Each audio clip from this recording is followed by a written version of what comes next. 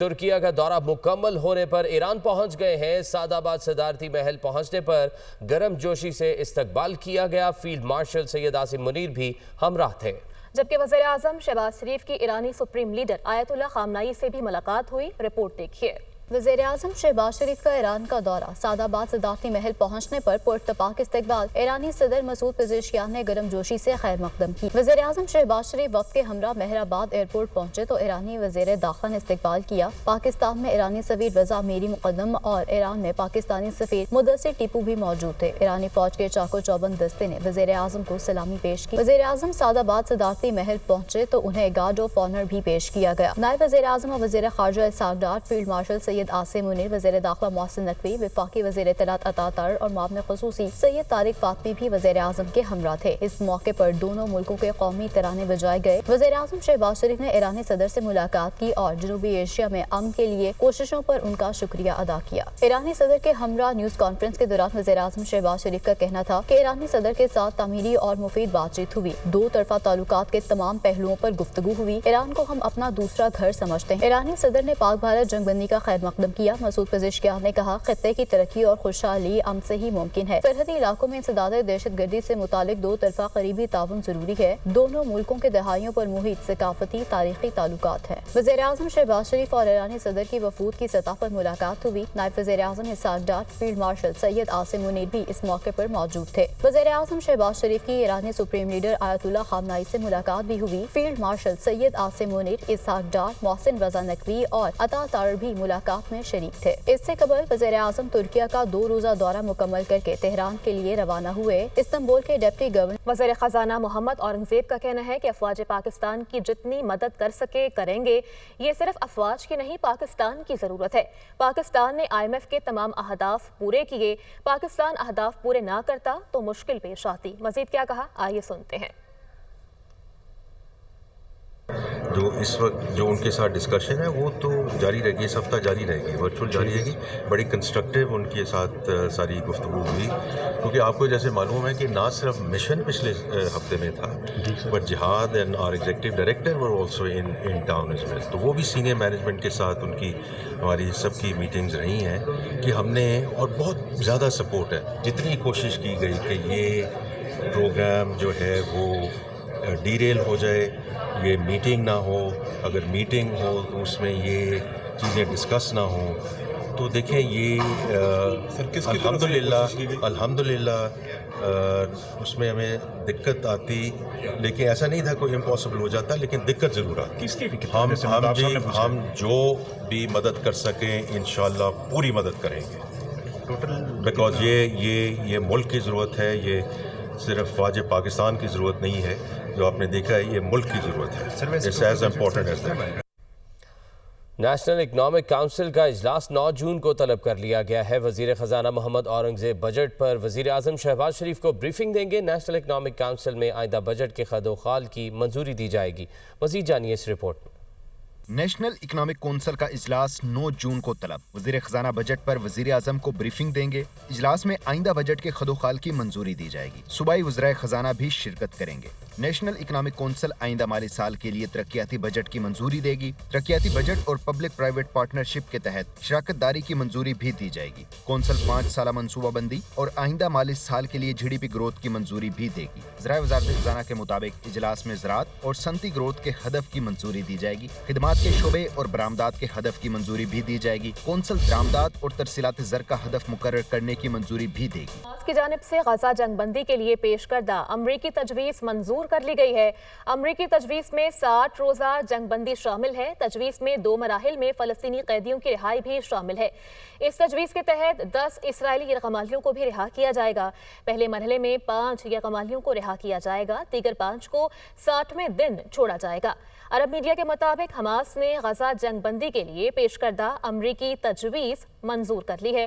امریکی تجویز میں 60 روزہ جنگ بندی شامل ہے۔ और नाजरीन, कराची के इलाके कोरंगी में मुलजिमान की मोटरसाइकिल छीनने की कोशिश, दो तरफा फायरिंग की जद में आकर बच्ची गोली लगने से जाम भाग हो गई। इलाका मकीनों की जानिब से एहतजाज किया गया। रवां साल डाकुओं की फायरिंग से जाम भाग होने वालों की तादाद 47 तक जा पहुंची है। मजीद क्या तफसीलात हैं जान लेते हैं हमारे नुमाइंदे बिलाल नसीर से। बिलाल, बताइएगा, पुलिस की जानिब से अब तक कोई कार्रवाई अमल में लाई गई?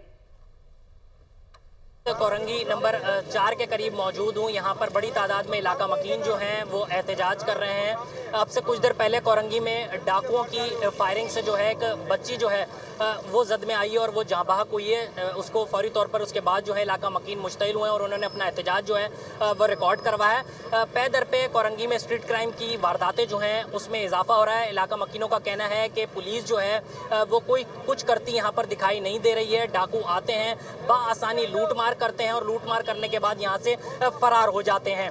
और यहाँ पर मुजाहिरीन का यही मुतालबा है कि फौरी तौर पर उन्हें इंसाफ फराहम किया जाए और जो बच्ची जिसको कत्ल किया गया उसके मुल्जिमान को फौरी तौर पर गिरफ्तार किया जाए। जी आगे बढ़ते हुए आपको बताएं, पीपल्स पार्टी खैबर पख्तूनख्वा ने सूबा बचाओ तहरीक के तहत सूबाई हुकूमत के खिलाफ असेंबली चौक में एहतजाज किया। एहतजाज के दौरान मुबैना तौर पर रेड जोन में दाखिले पर पुलिस ने मुजाहिरीन पर आंसू गैस की शेलिंग कर दी। एहतजाज का अहवाल पेशावर से शहजादा फहद की रिपोर्ट में। पीपल्स पार्टी खैबर पख्तूनख्वा की जानिब से असम्बली चौक पेशावर में सूबाई हुकूमत के खिलाफ सूबा बचाओ के नाम से एहतजाज किया गया। एहतजाज में मुख्तलिफ अजला से पीपल्स पार्टी के मरकजी और सूबाई रहनुमा, खवातीन और मर्द कारकुन शरीक हुए। पीपल्स पार्टी एहतजाज के दौरान पुलिस की जानिब से कारकुनों पर शदीद शीलिंग की गई, जिससे भगदड़ मच गई। साबिक वफाकी वजीर सैफरान नजमुद्दीन खान समेत दर्जनों कारकुन बेहाल हो गए। पुलिस ने असम्बली चौक से कारकुनों को हटाया तो मुश्तमिल कारकुनों ने पीटीआई एहतजाजी कैंप को आग लगा दी। पीपल्स पार्टी रहनुमा शीलिंग के बाद वापस एहतजाज के मकाम पर पहुंचे और शीलिंग की शदीद मजम्मत की। एसएसपी ऑपरेशन मसूद बंगश ने मीडिया से बातचीत करते हुए बताया कि निकाबपोश अफराद ने रेड जोन में दाखिल होने की कोशिश की, जिस पर पुलिस ने शीलिंग की। शरपसंदों ने करीबी कैंप को भी आग लगाई। सूबाई सदर पीपल्स पार्टी मोहम्मद अली शाह बाचा ने पेशावर में जारी एहतजाज मौखर करने का ऐलान करते हुए कहा, पुरअमन एहतजाज पर लाठीचार्ज और आंसू गैस इस्तेमाल किया गया, इसका हिसाब देना होगा। दुखी इंसानियत की खिदमत के लिए मुनफरद इक़दाम। पंजाब में शुगर के पैदाइशी मरीज बच्चों के लिए सीएम इंसुलिन प्रोग्राम का आगाज़। वज़ीर आला मरियम नवाज इंसुलिन कार्ड लेकर मरीज बच्चों के घरों में पहुंच गई। मज़ीद देखिए इस रिपोर्ट में। वज़ीर आला मरियम नवाज का दुखी इंसानियत की खिदमत के लिए मुनफरद इक़दाम। पंजाब भर में पैदाइशी ज़ियाबतीस के मरीज बच्चों के लिए सीएम इंसुलिन कार्ड प्रोग्राम का आगाज। वज़ीर आला राइडर के हमरा इंसुलिन कार्ड लेकर कमसिन बच्चों के घरों में खुद पहुँच गयी। सब्जाजार क्यू ब्लॉक के वासिया दरान ज़ैनब वहीद और जैन शहजाद को घर जाकर इंसुलिन और नीडल बॉक्स दिया। जैन शहजाद की आंखों के चेकअप और इलाज की हिदायत भी की। नवाज का कहना था कि मुझे आपके बच्चों की आपसे ज्यादा फिक्र है। ज़ियाबतीस में मुब्तला बच्चों की तकलीफ को समझ सकती हूँ। कमसिन बच्चों के लिए फ्री इंसुलिन प्रोग्राम माँ बनकर शुरू किया। दवा या इंसुलिन खरीदने की सकत ना रखने वाले बच्चों तक हुकूमत खुद पहुंचेगी। कबल अजीम वज़ीर आला मरियम नवाज को ब्रीफिंग में बताया गया कि पहले मरहले में 1500 बच्चों को घर की दहलीज पर इंसुलिन फराहम की जाएगी। पाकिस्तान पोस्ट के राइडर खसूसी ऐप पर तस्दीक के बाद मरीज के घर जाकर इंसुलिन डिलीवर करेंगे। आलमी सतह पर 18 करोड़ से जायद सार्फिन के पासवर्ड्स और हसास मालूमात चोरी होने का ये मामला है। पाकिस्तानी सार्फिन को फौरी तौर पर अपने अकाउंट्स के पासवर्ड तब्दील करने की हिदायत Pakistan national cyber emergency team की जानिब से एडवाइजरी जारी कर दी गई। इस्लामाबाद से रिपोर्ट देखिए। 18 करोड़ से जायद सार्फिन के पासवर्ड और हसास मालूमात चोरी होने का इंकशाफ। आलमी डाटा लीक में गूगल, फेसबुक, एप्पल समेत बड़ी कंपनियों के सार्फिन मुतासर। Pakistan national cyber emergency team ने एडवाइजरी जारी कर दी। इंस्टाग्राम, स्नैपचैट समेत हुकूमती पोर्टल्स की मालूमात भी चोरी की गई हैं। इन्फोस्टेलर मालवेयर से सार्फिन के अकाउंट्स की मालूमात चोरी की गई। एडवाइजरी में पाकिस्तानी सार्फिन को फौरी तौर पर अपने अकाउंट्स के पासवर्ड तब्दील करने की हिदायत की गई है। कहा गया है कि डाटा लीक से शनाख्त चोरी, अकाउंट हैकिंग और रैंसमवेयर हमलों का खतरा है। सरकारी इदारों और मालियाती अकाउंट्स भी मुतासर होने का खदशा है। सार्फिन की मालूमात आम वेबसाइट्स पर अवामी तौर पर दस्तयाब है। सार्फिन अपने अकाउंट्स के 2 मरहला जाती तौसीक के अमल को फाल करें। एडवाइजरी के मुताबिक मालवेयर के जरिए हसास मालूमात चुरा कर डाटाबेस में रखी गई है। क्रेडेंशियल स्टफिंग के जरिए खुदकार हमले शुरू होने का खदशा है। पासवर्ड कभी ईमेल या गैर महफूज फाइल में ना रखें। सार्फिन एंटीवायरस और सिक्योरिटी सॉफ्टवेयर को अपडेट रखें। सार्फिन गैर मामूली लॉगिन की सरगर्मियों पर भी नजर रखें। हुकूमत और हसास इदारों के निजाम भी खतरे में पड़ सकते हैं। इदारे मुतासरा सार्फिन को आगाह करने के लिए फौरी तौर पर इकदाम करें। फौरी इकदाम न किए गए तो कौमी डिजिटल निजाम मुतासर हो सकता है।